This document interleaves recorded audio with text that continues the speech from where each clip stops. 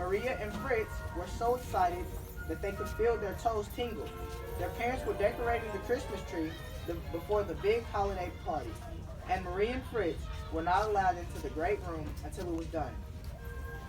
They jolted each other to sneak a peek at the glittering tree through the keyhole. At last the guests arrived, and the doors were thrown open. Let the party begin. Everyone cried as they joyfully filled the festive room.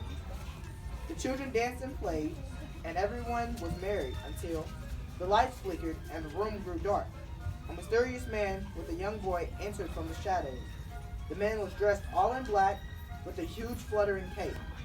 The children scurried to hide behind their parents, just as he paused and flung back his cape over his shoulder. There was nothing to fear. It was just her Drosselmeyer, Maria's beloved godfather. Marie flew into his arms for a hug and shyly met his first young nephew. Her Drosselmeyer was a toy inventor, and a visit from him was always full of surprises. The curious children, their eyes full of wonder, gathered around 3 huge boxes as he brought with him. He had brought with him. Suddenly the boxes sprang open, and out leapt one life-size doll, then another, and then another. The doll danced from the delighted crowd. As the children continued, her Drosselmeyer begged nod to Marie. He had a special gift for her, a Nutcracker. The Nutcracker was dressed as a handsome soldier with a white beard. Her Drosselmeyer showed Marie the Nutcracker could open and snap his mouth to crack nuts for everyone. Crack, crack. Marie was enjoying cracking nuts and passing them out to children. Then suddenly, jealous Fritz swooped in and snatched the Nutcracker from him. He swung it around the room and smashed it down into the floor with a loud bang. Marie busted into tears. Her beloved Nutcracker was broken. But her Drosselmeyer knew just how to fix the Nutcracker. He tied a scarf around the Nutcracker's head like a bandage and handed him back to Marie, who cradled him into her arms. Then her Drosselmeyer's nephew gave Marie a tiny bed that was the perfect size for a Nutcracker, and Marie nestled him in it to rest. The party was coming to a close, and everyone joined in for one last great dance. When the music ended, the guests bundled up and made their way out into the frosty night air. Marie waved goodbye to her dear godfather and his handsome nephew. It had been a long evening, and it was time for bed. During the night, Maria woke, remembering that the Nutcracker was alone downstairs in his bed. She ran down to scoop him up. With the Nutcracker safely in her arms, she curled up on the sofa and drifted back to sleep in the soft glow of the Christmas tree. She hadn't been asleep for long when her Drosselmeyer slipped back into the house to properly mend the Nutcracker. He gently slid him out of Marie's arms, repaired him under the light of the moon, and disappeared into the darkness. But then strange things began to happen. At the stroke of midnight, Marie was pulled from her sleep by the clock's chime. She rubbed her arms in surprise. Great big mice appeared from the shadows and began to scurry across the room. With a rumble and a shake, the tree began to grow before her eyes. The lights were flashing brightly as it rose higher and higher. Marie had never seen anything so big. Then Fritz's toy soldiers sprang to life. They marched in to battle the mice. The mice were led by a fierce and terrible mouse king, who wore a shiny crown on his head. Then the Nutcracker himself came to life, growing until he was the size of Marie. His bed, now huge, spun around and around.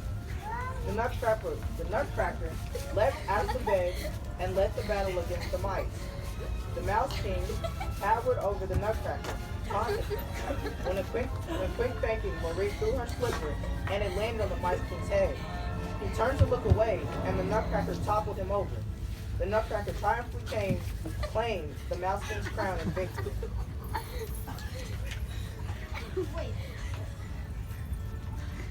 In that very moment, the ancient spell that had been cast on the Nutcracker was broken. He transformed into a handsome prince who looked very much like her Drosselmeyer's nephew. The prince gallantly placed the crown on top of Marie's head and led her by the hand into a starry night, beyond her house and deep into the forest toward the Christmas star. Snow began to fall, and the glistening flakes began to dance.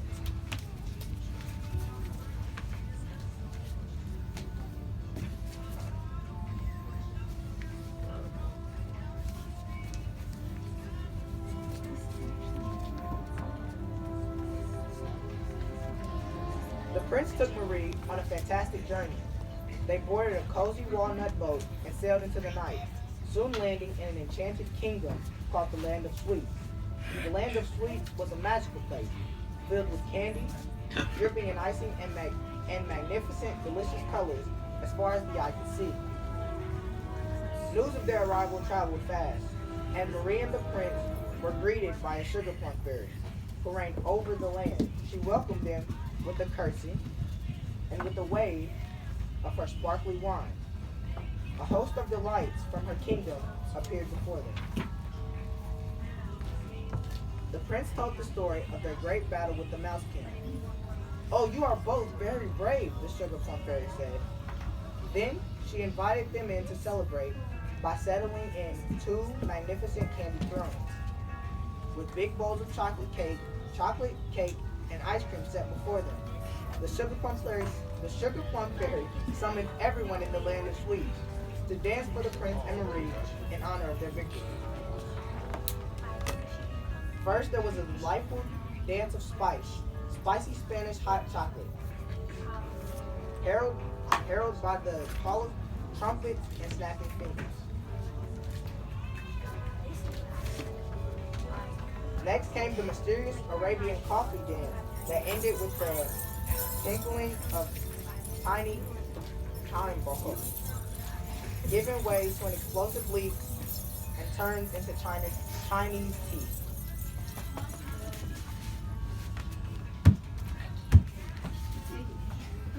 The jumping candy cane emerged next, leaping high into the air and dancing through hoops. What could come after candy cane? Marzipan shepherdess peeped out, tiptoeing delicately while playing their flute.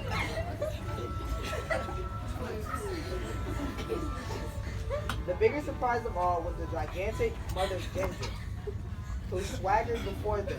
All of a sudden, 8 tiny clowns called polychanels sprang from her skirt and danced to the rhythm of her tambourine. As Mother Ginger scooted her children off, a garden of flowers appeared. Amid the blooms was the shining dewdrop fairy, and with each step she brought every single petal to life in blossoming swirls of pink.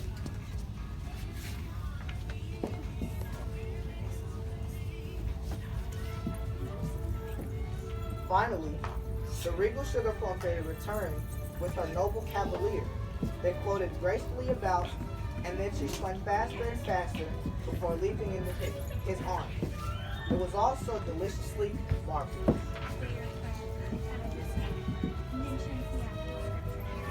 With another wave of her wand, the sugar plum fairy summoned her whole kingdom for a joyous farewell celebration.